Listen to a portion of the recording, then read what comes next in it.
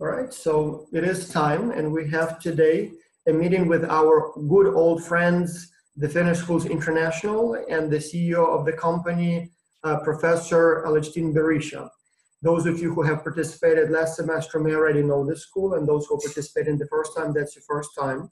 And so the meeting will go, as always, for about 45 minutes up to an hour, and we will start with a short introduction from the speaker, and then we will go to questions and answers. So those kids who were able to attend this meeting, please use this opportunity to ask your questions, because for a long time, the only other way you will be able to communicate will be email. So today is your opportunity.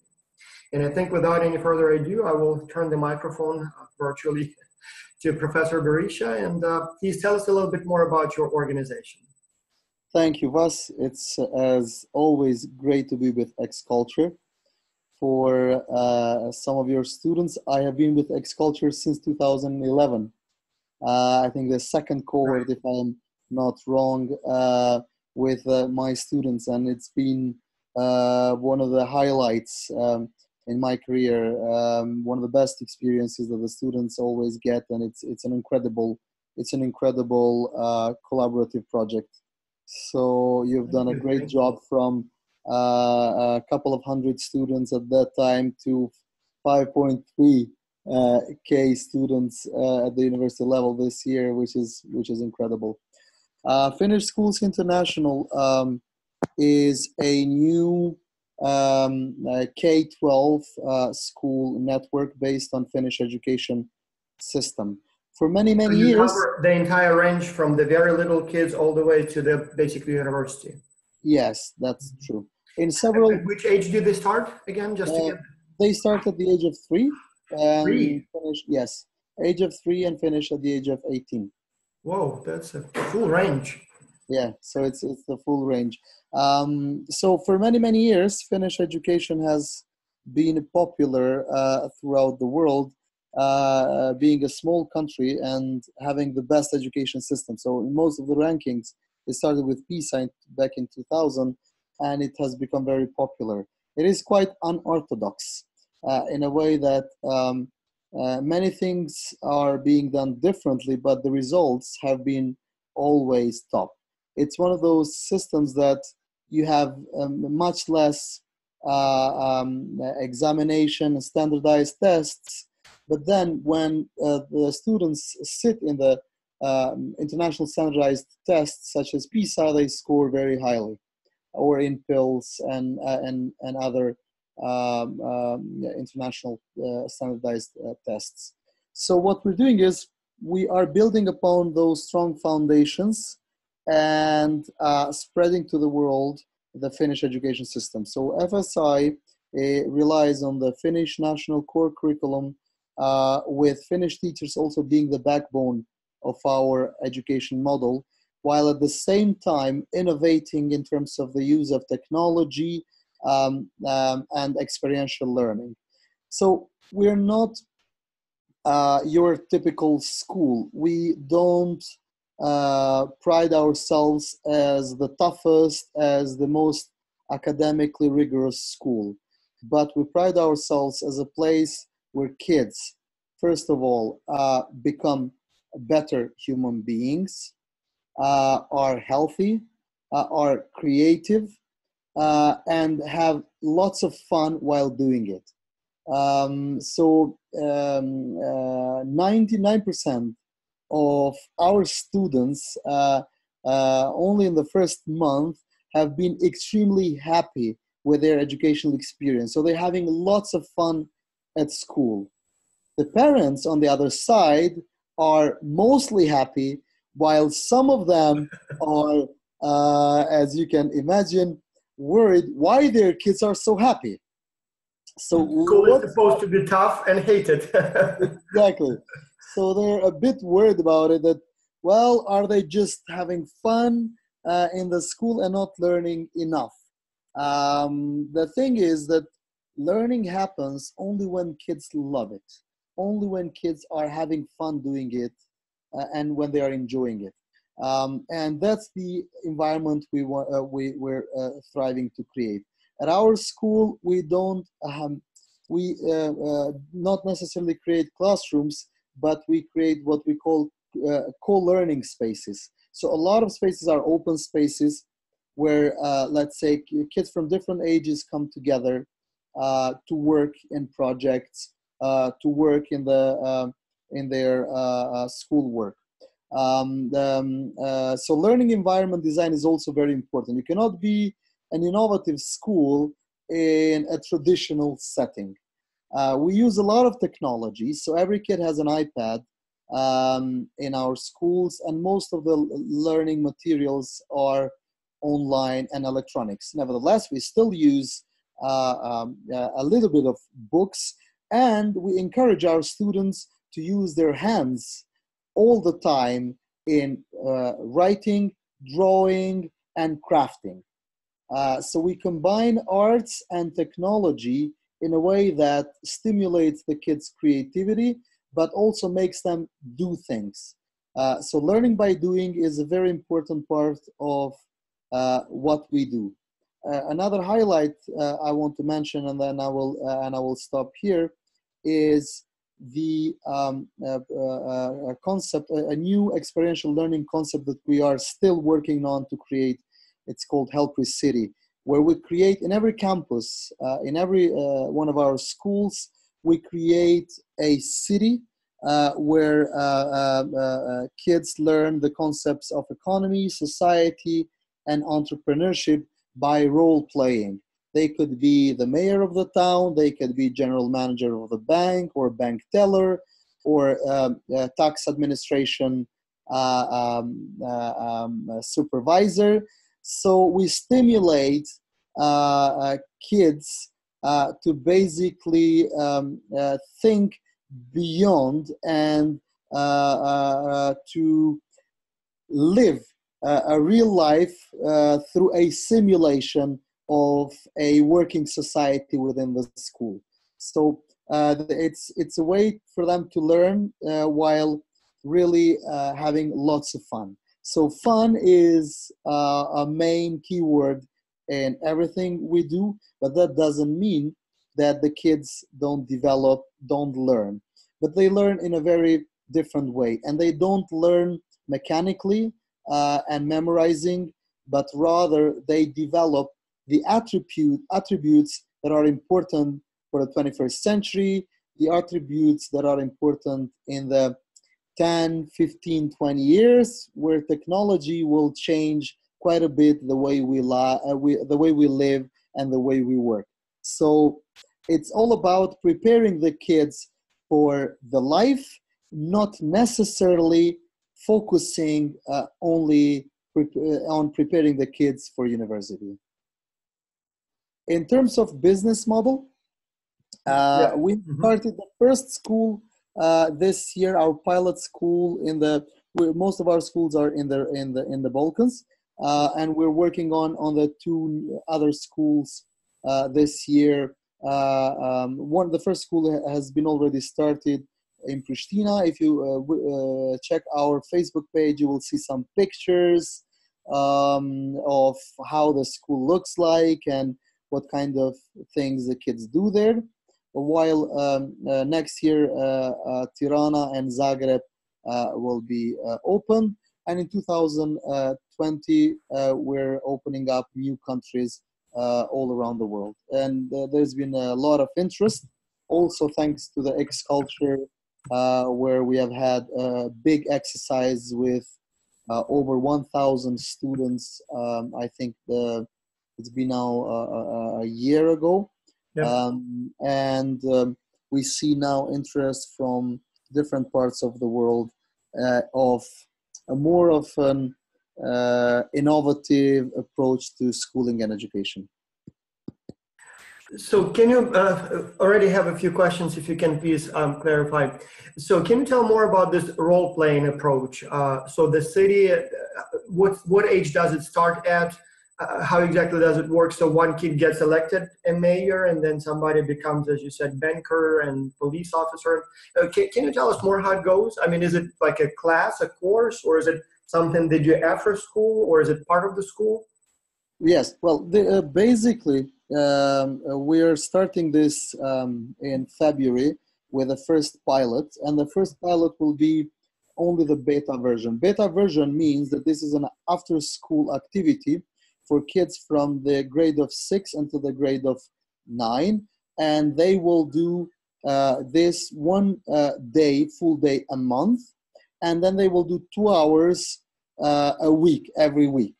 So this is only one challenge. But the way we're developing our software is that in around a year time, we're able to integrate all of our kids from the first grade until the 12th grade, and we're able to integrate all the subjects. So not only economy, society, and entrepreneurship, but even music and geography and history, by posing different challenges for them, so then they role play and solve those challenges, and in this at the same time they meet the learning outcomes for different subjects. As you know, in Finnish education system, the importance of subjects is not that high anymore, because most of the learning happens through phenomenon-based learning.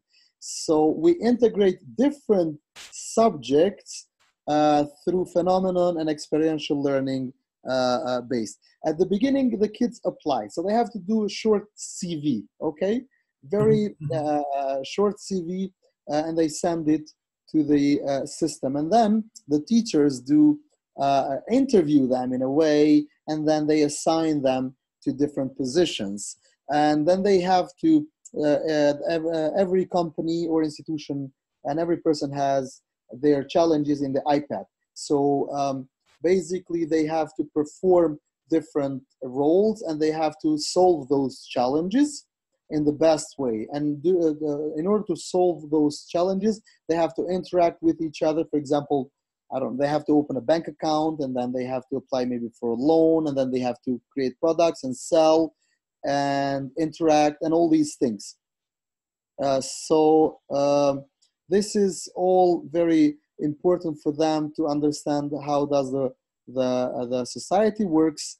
And in the future, we anticipate that the Helper City might be a school in itself.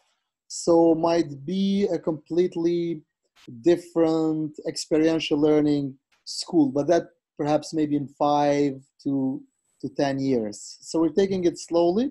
And at the moment it's part of our school, an integral part. And every year it will grow. So in 2-3 years, we expect that almost all the subjects will be integrated. But at the beginning, it will be mostly for business and economics and innovation things. So can you tell us then more about grading or marking? So if there are no typical lectures, and you said you are not really focused on exams, how do you evaluate the performance of the students? Yes. So at the moment, from the 1st until the 6th grade, there is no formal marking. But the kids get evaluated on almost daily basis, mostly to see their progress towards their objectives, rather than to see, to grade them or point them or make it official. So it's more a learning exercise help. In Helpri, there are several forms of evaluation, and Helpri actually also helps us learn more about our students. So how we evaluate them in the Helpri City is that, first of all, they have to do a self-evaluation. They have to evaluate themselves, say, what did I know, what did I didn't know, what did I perform well, what I didn't perform well, and what would I do differently next time. Then there is peer evaluation, because they work in teams. The other team members evaluate each other, saying, well, in my team, these are the things that the X person performed better, but those are the things that perhaps didn't perform as well. And then the teacher's evaluation, because we have those mentors and teachers who work with the kids in the system. They have to do the evaluation for them. And the idea is that whilst we're still developing the algorithms and the machine learning behind it, the idea is that in around a year or two, through artificial intelligence, we're able to actually create learning styles, patterns, and through help our kids learn better. And that's the whole idea, that we generate enough data, and through the data that we generate, we're able to help our kids learn better and learn more. So I assume that probably reduces stress on kids, right? So when they don't have to do the multiple choice tests and all that stuff. So yes, sometimes the kids do multiple choice tests, but they're not as official as they are anywhere else. They're only checked by the teacher, and then the teacher might have a feedback session with a kid on one-on-one, but not a public session with all the kids, or with the parents if it needs be. But usually we very, very, very rarely use multiple choice tests. and how does it work with your lectures? So you said that you don't really have teachers lecturing, right? So how does it work then? Is it more like a round table discussion, or how does it normally go? Yeah, basically, most of the well, we have teachers. We have mostly Finnish teachers, but we also have other international and local teachers. Basically, the way the work is done in the classroom is that kids usually work in small groups. So they work in small groups. Teachers only instruct, but 95% of the time the kids do the work on their own. Teacher is there only to help them, guide them when they need it, and to actually guide them in the right direction. But it is expected that the kids take charge of their own learning, and the kids are the leading agents in the learning process, not the teachers themselves. Obviously, teachers are there always to explain some more complicated issues, and especially in the upper grades, there is more lecturing, okay? There's a bit more of teaching. But You have to explain concepts, right? Like if it's algebra, you have to. Exactly. But especially on the 0 to 6, the role of teacher is completely different from the role that we're used to in, I would say, traditional settings. That makes perfect sense.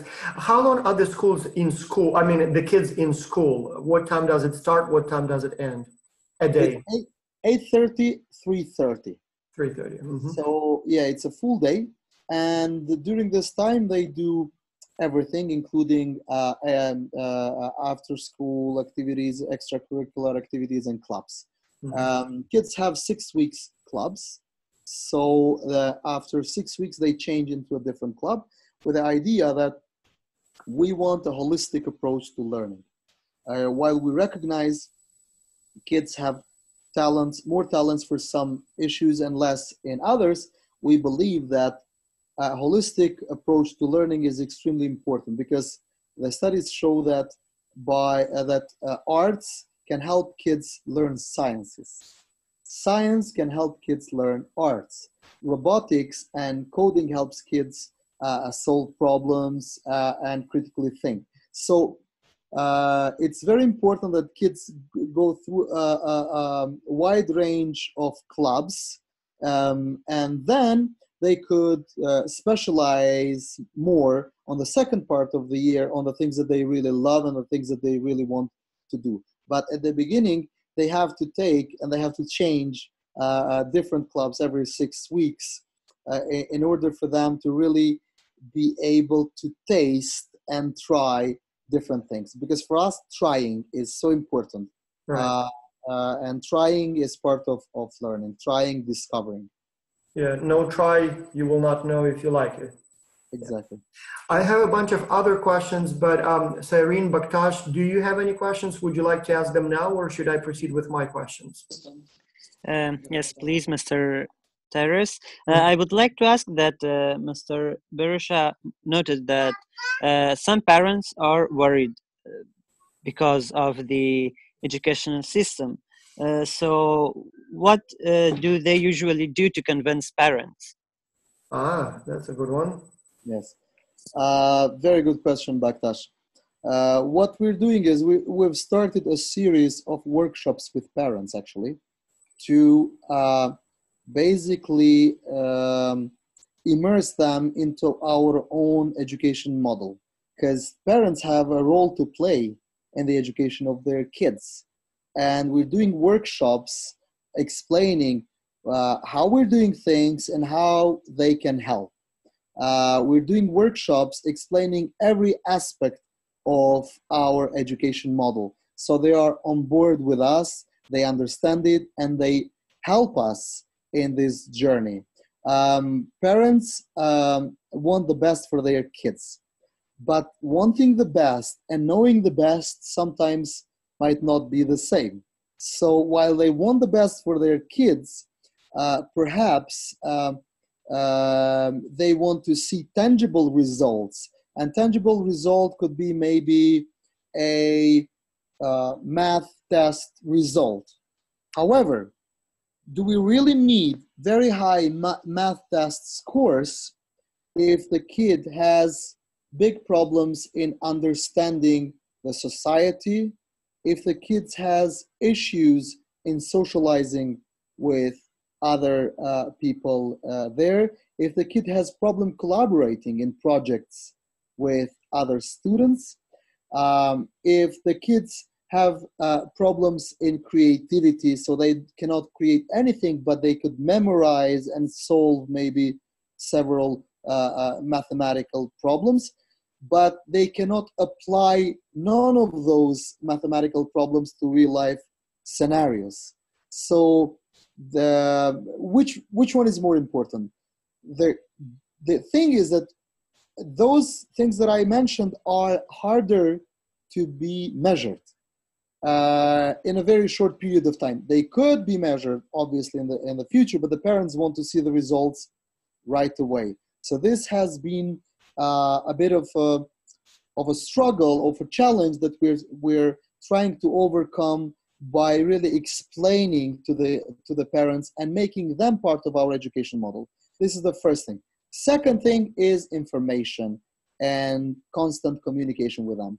We have a parent communication platform called It's Learning, where the parents have access and they see everything. So they see the learning objectives that their kids have, the individual learning plans, the daily activities, and also the assessment of their kids' work. So they see there in whatever the tasks have been in the school, how are their kids doing against those tasks. When I say assessment, I don't mean the formal grading, but the teacher comments on the work of their child. So they have more information, and then they know exactly what the kids are doing. So these are the things that we're doing at the moment with parents in order to basically have them on board, because this is very important. We say we're a school for the kids, not the parents, but at the end of the day, parents pay and parents decide whether their kids will be part of our school or not. In fact, if I can maybe clarify about that or ask a question, in X culture, we sort of have the same issue. On the one hand, our customers are kids, but at the same time, the decision makers are parents. So you sort of have to cater to two different, groups of people. So how do you promote your school? I understand it's a private school, right? So children are not sent to your school automatically by the government based on where they live. So you probably have to do some recruitment and promotion. So how do you advertise, I guess, your school? We mostly do PR. Basically, we write articles about Finnish education in general, and then about our school in particular. So then parents get familiarized with those aspects. We use social media a lot. So we basically post on social media about different activities that our kids do. And then we organize open days. And these are the three forms that we use mostly to recruit students, and they have been successful so far. In the Pristina school, first school, in the first year, we got 162 kids, which is an incredible number for a very small country as Kosovo. And that's almost, it's over 15% of the premium education market. So first year, we got 15% of that market, and we expect to double next year. And that means that only in the second year, we will have almost 1/3 of the whole market. But obviously, we have not only gotten kids from other private international schools, we've gotten kids also a lot actually from public schools, because the parents see us as an alternative that didn't exist so far, and they want to invest in their kids' future. Even though they might not be, I would say, the richest people out there, they're sacrificing a lot for their kids to be able to provide something for their kids. Yeah. And I would like to point out here to our kids, so as you will be designing your dream school, even though the challenge is to design the school, but it's still a business competition. And so for you, it's very important to think about the business side of it. So you can come up with wonderful ideas, but the question is how you will pay for it, how you will convince the parents to send kids to your school. And that brings me to the next question. So who pays for it? How does it work with the with the tuition or fees for the school? Do you get any support from the government, or is it all private? How does it work? It is all private. We get zero support from any government. It's parents who pay, or their companies or institutions. Around 35% of our students are expats, internationals, for example, here in Pristina. And for half of those parents, their companies or organizations pay. The other half, they pay themselves. For the locals, they pay all themselves. In Kosovo, we charge 4,750 euros per year. That's very reasonable. It's quite compared to the American prices. Here, I think you wouldn't find a private school for less than $10,000 a year, and many would be more. So that's a very good price. Absolutely. So it's quite reasonable.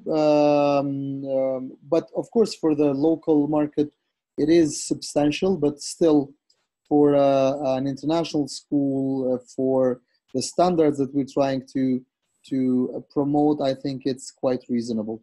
And it's a fixed fee regardless of the age, or does it go up? No, it doesn't. It's fixed fee.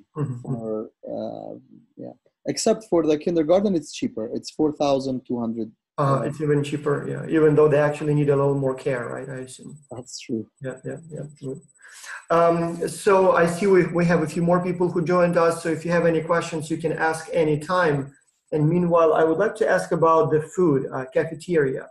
Do you provide food during the day? How does it work? Is it a break time? I mean, your school is so unusual. I'm just curious how it works, because the kids are there all day, so they probably need to get some food during that time. Yes, kids eat actually 3 times a day. They have a breakfast at school, they have a lunch, hot lunch, and they have a little afternoon snack. Our kids have to eat a lot because they exercise a lot. Every 45 minutes, they go out of the school building for 15 minutes. No matter how cold it is, they have to go out and refreshen. And those breaks are supervised breaks by the teachers. So they go out together with their teachers. And we have our external environment is that we put a lot of exercising units out there. So the kids use those 15 minutes to exercise, to do something.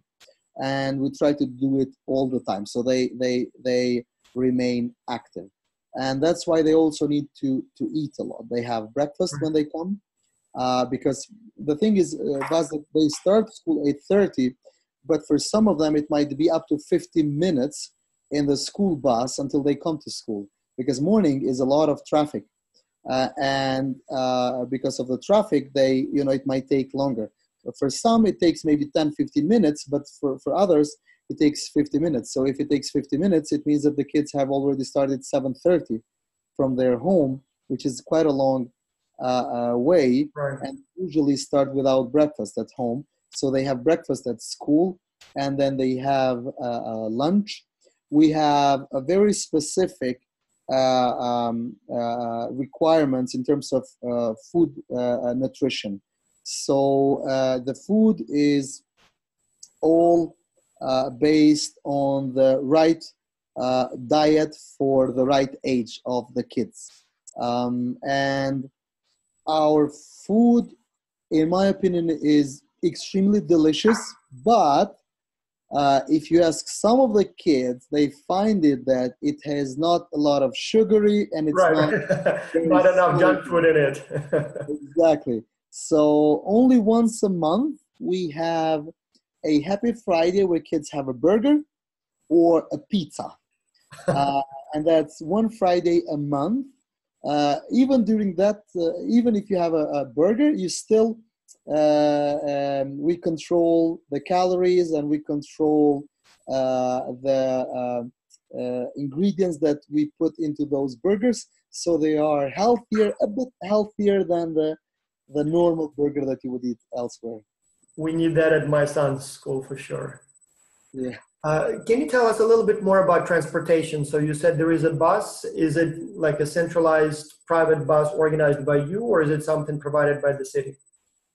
It's actually by us. It's a subcontracted company, and there are small buses of 17 seats only. The reason being, we want the kids to come to school as fast as they can. So not spend a lot of time in the transportation. And that's why the buses are a bit smaller, so then less people, less pickup locations Right. around the city, and they come. It's all organized. We usually put a teacher within the bus. In addition to the bus driver, the kids all have to put the safety instructions to fulfill, and we make sure that they have a pleasant and safe journey from home to school and backwards. Yeah, makes perfect sense. And I have one more question. I know probably Ayush, Baktash, Serene, you probably have more questions too. But music. So you mentioned arts, but you didn't say anything about music. Do they have anything related to music, either musical instruments or singing or something like that? Yes, we have. Well, the funny thing is that we have a music club which is better equipped than the music school in Pristina. It's actually true. Unfortunately, it's true. For us, music is extremely important. So kids, because creativity is a cornerstone of what we do, kids have to take music classes. They have to do instruments, and they also have to do singing. We have also the choir of the school. Also the teachers. We have a teachers band as well as students band, and we organize festivities throughout the year. Also in clubs, we have different clubs for different instruments. So those kids who play a certain instrument, they could continue playing it by participating in the club. And us, we're very fortunate that out of these 160, almost half of our students are proficient at least in one instrument. So they came to us. I have to admit that they came to us with this previous knowledge, and now we want to further develop it and use music to help them develop their personality, their creativity, and create an environment where they really enjoy being. And then since we started talking about subjects, so can you then, I know you don't really have subjects, but still, what other areas or what other subjects do you cover in your school? Well, in the primary, we cover the usual, I would say. One thing that we do in addition is we do a lot of language. So we have up to 3 foreign languages that the kids can take. This semester we're offering German, French, Spanish, and Finnish. So the kids can choose up to 3, in addition to English, which is I would say in a way the mother tongue language for our school, and Albanian language, which is it's mandatory for the local kids, because the Albanian language is a language spoken in Kosovo. So based on the Ministry of Education requirements, we have to offer Albanian 4 hours a week.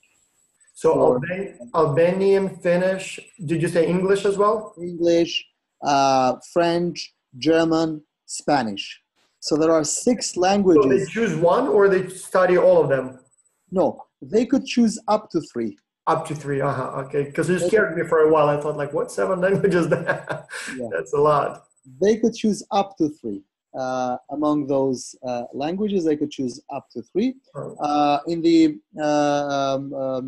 other thing is that they do, for example, in the grades 5th and 6th, they do also environmental studies, which is a bit of a natural sciences as well. The upper grades are, I would say, the normal school subjects that we will see elsewhere, except that the way they're delivered, it's a bit different. While in the secondary, it's quite different, because the classes are not 1 semester or 1 year long. The classes could be much shorter.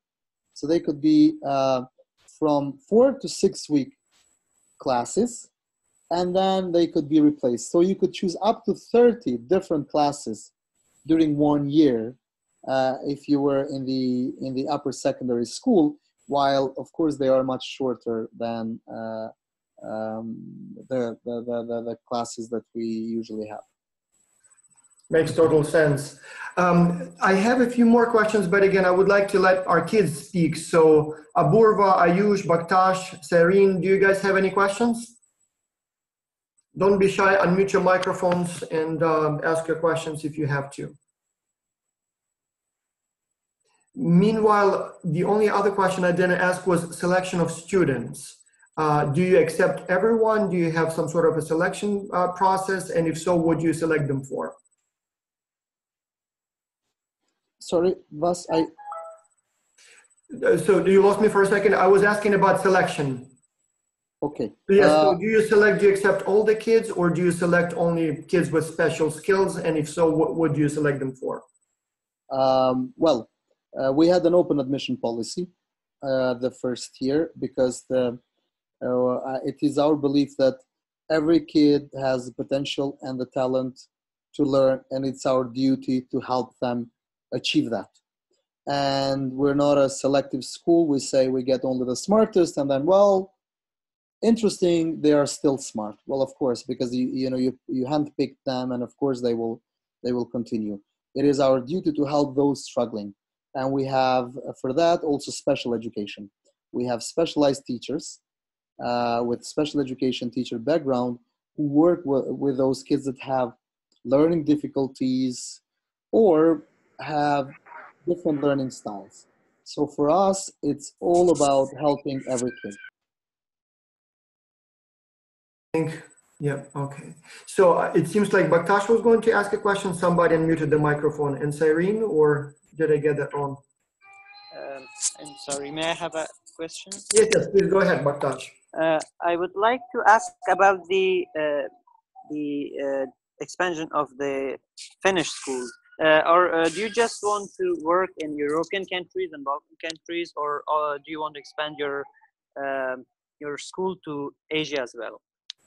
Yes, absolutely. We're already talking with a big educational consulting company for the Asia.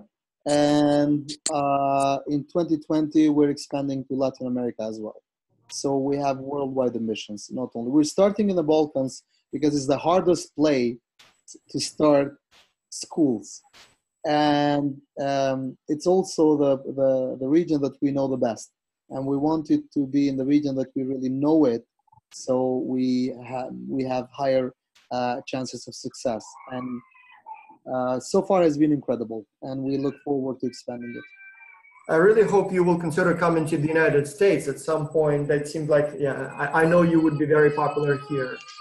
So. Well, we really need such schools in Afghanistan with such mindset and with such people to change parents' minds. As I heard that, yes, parents also want to, you know, they always encourage their kids to learn maths and physics and chemistry. They never encourage their children to learn how to socialize. So I hope we see you in Afghanistan as well.